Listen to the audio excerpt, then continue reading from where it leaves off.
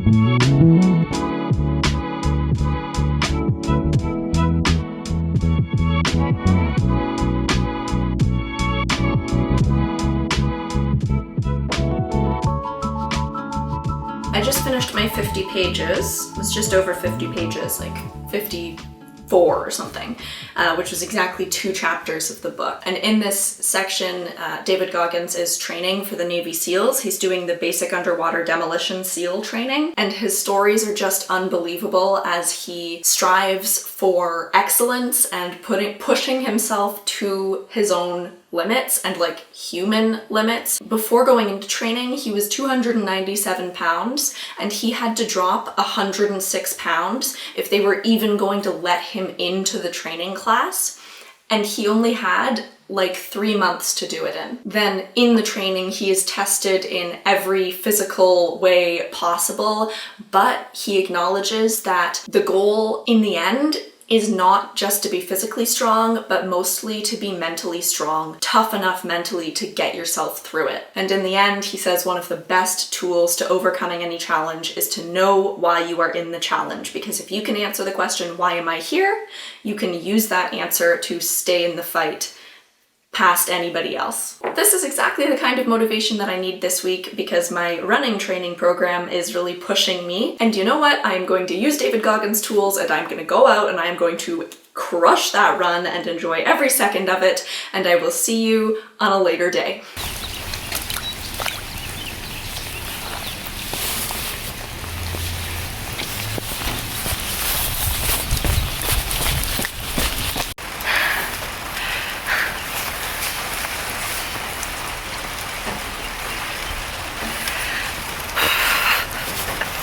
Good morning, and welcome back to the same time, same place as yesterday morning. Last night I managed to get a little bit more reading done as I was falling asleep.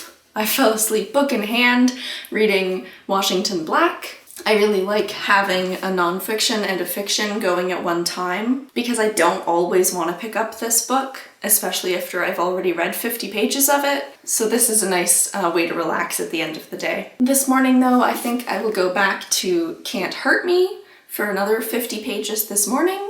And then I will have coffee, make breakfast, which will be pancakes because in my house it's never a weekend unless you've made pancakes, and get ready for the rest of my day, which should be a pretty warm one, but a pretty rainy one, so we might be back to reading later today.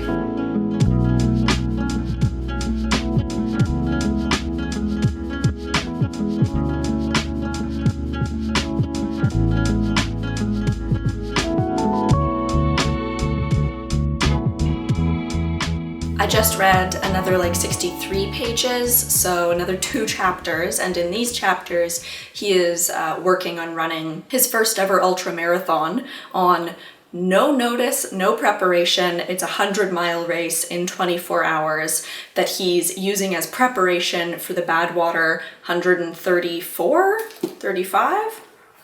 Badwater 135. And spoiler alert, he completes the ultramarathon. And it was disgusting, but strangely motivating. He just was using that chapter to express what the human body and mind can accomplish if you are able to tap into those little mental reserves. And that is how he managed to finish this race that he had not prepared for. And by the end, he was like, I just ran 100 miles in less than 24 hours on no preparation. Imagine what I could do with a little training beforehand. And I still have half the book left, so I guess I'm gonna find out what he can do. But now it is time to make some pancakes, because for me, today's a rest day.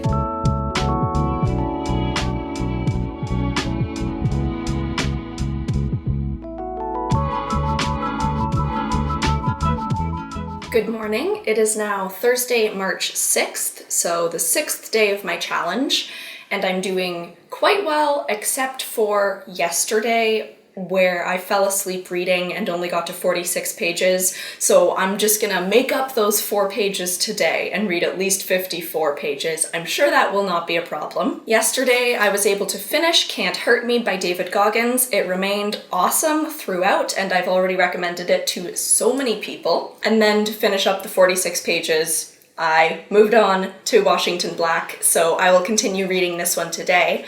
Although, another book came in the mail just yesterday, and that is Born to Run by Christopher McDougall. This I got used for only $5, but it's in phenomenal condition. It looks brand new. I'm pretty excited to pick this up as my next nonfiction after Can't Hurt Me. So I'm going to read some Washington Black while eating my breakfast, and I will check in with you on another day.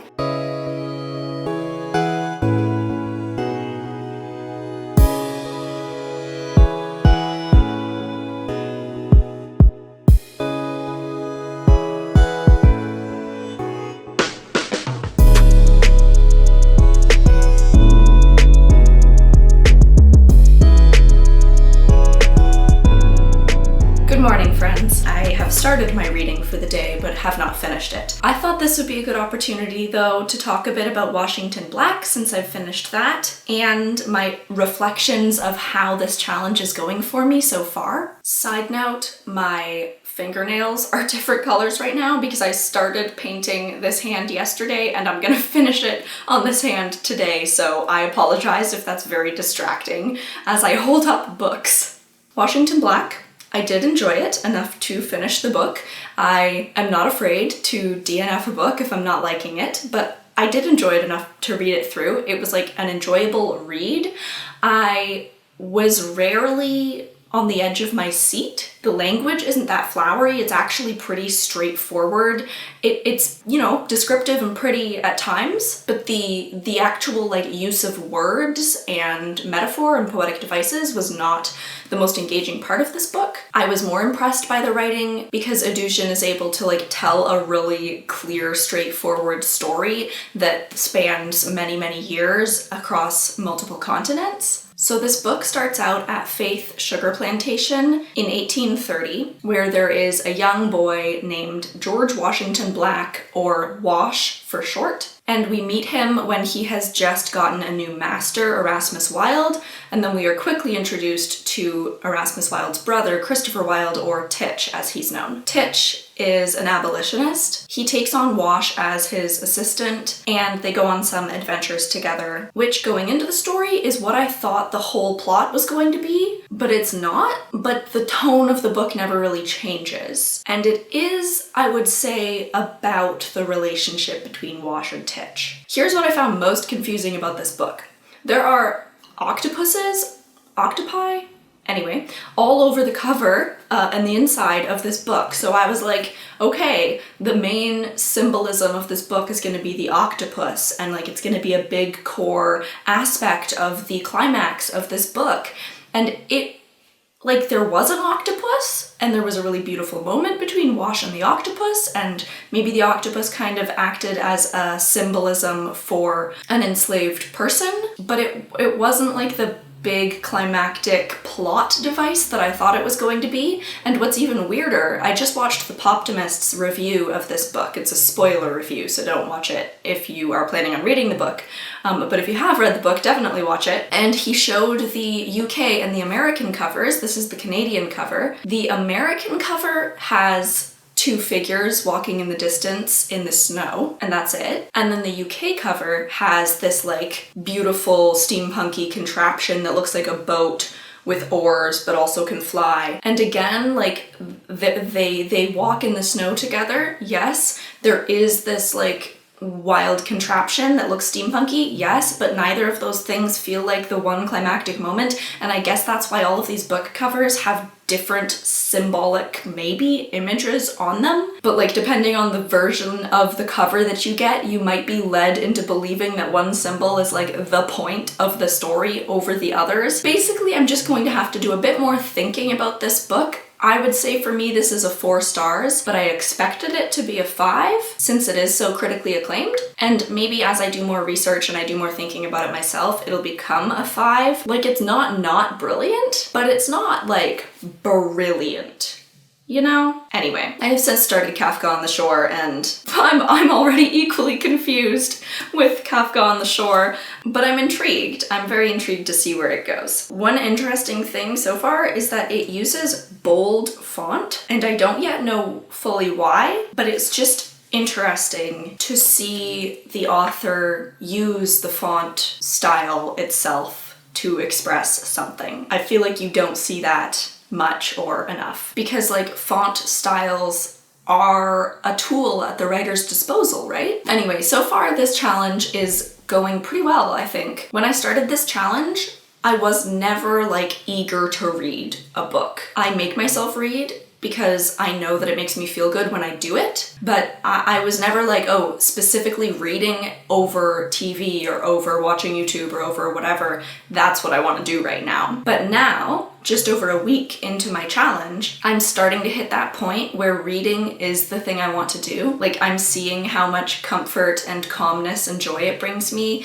and I'm seeking that out. I'm finding I don't have to force myself to do the 50 pages anymore. In fact, yesterday, when I finished Washington Black, I read 90 pages because I finished Washington Black and then I started reading Kafka on the Shore almost immediately. I was already ready to move on to the next one. So far I am seeing a really positive change in my approach to reading, or my habits starting to change with reading. It's also been like a big comfort knowing that I'm going to be getting through these books. Like previously, I would pick up a book and there's no promise that I'm going to finish that book. And they would spread out, you know, it would take me a month to read, and then we'd get to the 2-month mark, and eventually I'd just give it up because I'm like, whatever, I'm clearly not going to read this book. Not because it was a bad book, just because like I wasn't reading it. So right now it's really comforting to know that I am going to finish Kafka on the Shore, because I have to read 50 pages a day. And it's good to know that I like will get through my TBR list because I have to read 50 pages a day,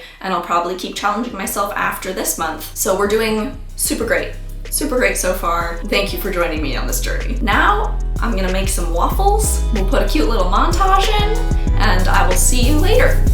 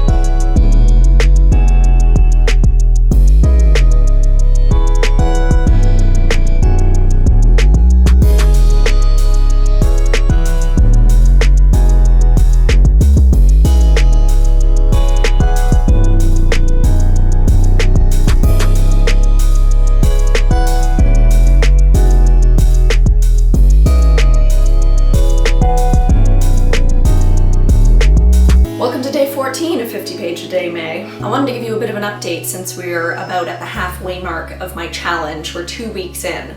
Things are going so swimmingly. This week I have been reading Kafka on the Shore. I am at page 313 of like 450. So I'm getting pretty close to the finish and I am loving every second of this book. One day this week, I read over 100 pages. It was a work day. Like I was just so sucked in. Like I could not stop reading. All I wanted to do was read Kafka on the Shore. I don't think I've watched a single episode of a TV show this week. I've just wanted to read Kafka on the Shore. So I am definitely a new Murakami fan. I've already ordered another one of his books. It takes like a short second to get into, but once I was immersed in the sort of non-logic of this strange world and the strange prophecy and dream-like nature of what is going on, I was here for it. I don't even care what happens in the last 150 pages of this book. I honestly think this might be my new favorite book. That said, tomorrow I am actually going to be filming a 24-hour reading vlog where I reread my childhood favorite books. So I'm going to have to take a break from Kafka on the Shore for a day, and tomorrow I'm definitely going to read more than 50 pages because my goal is to read both Momo and The Neverending Story. So my goal is to read over 600 pages tomorrow. So way ahead for this challenge. Hopefully it doesn't give me some like reading burnout so that I can come back to Kafka on the Shore on Sunday. That's it. That's my update. See you soon. It's a Sunday night and we're making cookies. The cookie recipe, it asks you to whisk for 30 seconds and then let it rest for 3 minutes and then whisk for 30 seconds. So we're in a 3-minute little sprint right now. I thought this, would be a time to update you on how my reading is going, and it's going great. I don't even have to regulate myself anymore. Like, I want to read at least 50 pages a day. It's definitely an ingrained habit now. Basically, all I want to do is read. We've crossed over that threshold, and now I don't want to do other things. So things are going well. I don't even want to read nonfiction anymore. Like, I am fully a fiction person now, and it's a great feeling. Okay, it's whisking time.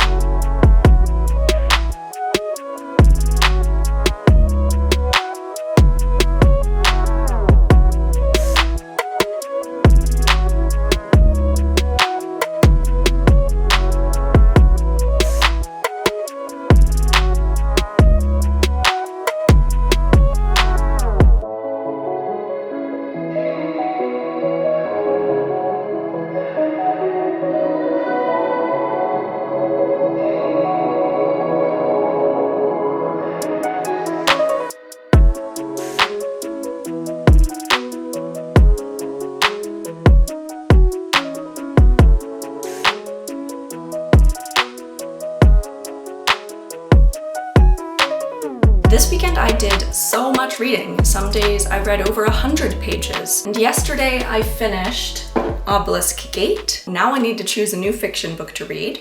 And this is always, I think, where I'm at risk of losing my streak of reading is after I finish a really good book. One, just because I want to live within that world for a little while longer, and as soon as I start something new, I kind of have to forget about it. And two, because it's kind of hard, I find it kind of hard to get into a new book. Like, it always takes me a good 50 to 100 pages to really start to care about reading this book. I do have a lot of nonfiction books on the go, so I could just forget about fiction for the time being and try to finish up some of those. I am still reading Born to Run. I'm not very far through because I read Kafka on the Shore and then I read The Obelisk Gate, and they were both amazing, and all I wanted to do was read those books. So I haven't gotten very far in Born to Run.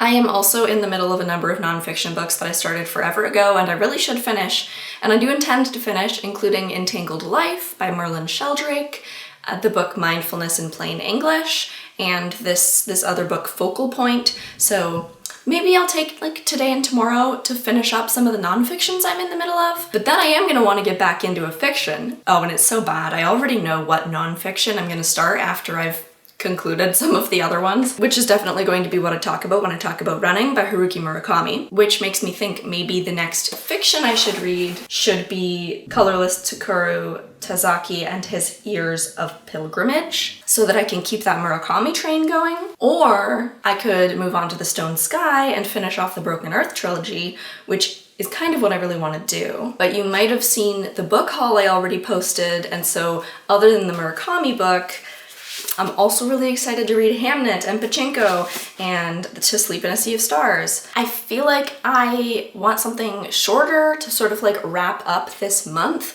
So maybe not the 800-page sci-fi monster, and maybe not Pachinko because I feel like that's gonna take me a while to get through and I'm gonna wanna really like live in it. So maybe Hamnet. Hamnet, Murakami, or finish the Broken Earth trilogy. They even have pretty similar color schemes. You know what? Colorless Tsukuru Tazaki is like 150 pages shorter than The Stone Sky, so maybe I will pick this up and probably finish it by the end of the month. So Murakami, then The Stone Sky, then we'll see what else I'm gonna read. Welcome back to the end of my challenge. That was all of the filming I did during the challenge. I did end up finishing Colorless Tsukuru Tazaki before the end of May. It was okay. I did not like it nearly as much as Kafka on the Shore, but now is not the time to talk about the books. Now is the time to crunch the numbers and see how I actually did during this challenge. All told, I read 2,594 pages across 7.5 books in the 31 days. My biggest reading day by far was the day that I did the 24-hour reading vlog, and that video is already up on my channel if you want to watch it. In that day, I read 560 pages, and that ended up being 22% of my reading overall for the month. So that challenge significantly increased how much I read for this challenge. And there were 5 days in the 31 days that I didn't even make it to 50 pages. The first time was because I fell asleep reading at 46 pages. The second time it was because I was switching books from I think Washington Black to Kafka on the Shore, and Kafka had much smaller font than Washington Black, and I did not anticipate how much more time I would have to spend reading to reach 50 pages while reading Kafka on the Shore. And then the last 3 times were in my final 5 days of the challenge. I think because me and reading got past the honeymoon phase of our relationship and things started to get a little boring and stale and monotonous, I might have gotten a little burnt out of reading that much and wanted to go back to binge watching my TV shows. So on the 26th day, I actually read 0 pages. On the 27th day, I read 40 pages. And on the 31st day, I only read 31 pages. And on the 27th day, I wrote down in my notes, this was the moment reading stopped feeling like an accomplishment. It started becoming normal and therefore not a priority because it was on the same level as everything else I do in my spare time. So I think what that means is just that I need longer than a 31-day period to make this reading habit stick. Yes, I am a reader. Even before May, I read a couple books in a month, but during May, I read 7.5 books, which is definitely more than I was reading before May. If I want to make a daily reading habit stick for me, I think I'm going to need longer than a month to do it. And I'm going to need to accept that there are some days where I can read a lot and some days where I can read very little. I also realized during this challenge that I read best and most when I read first thing in the morning, and I was able to get reading to become motivation for getting out of bed, because it was something I wanted to do and it eased me into the day, so I could sit down with at least a full glass of water and maybe even a coffee and breakfast, wake up my brain and my body by drinking some water and reading a book for a while. And reading also tends to get me kind of excited about life and feeling good about myself, so it was a really good pick-me-up first thing in the morning that set the mood for my whole day. And I think that that is a habit that I want to continue with. Whether I'll read 50 pages first thing in the morning, I'm not sure, but I'll read a few anyway. While there were 5 days where I didn't make it to 50 pages in the month, there were also 6 days where I read 100 pages or more in a day. So I don't think it would be unrealistic for me to set my next challenge as reading 100 pages a day. And I think that will keep me at the peak of my reading ability. So stay tuned for that video whenever it comes out. And in the meantime, I hope that this video has inspired you to add a little bit more reading to your day. See you in the next video, everybody.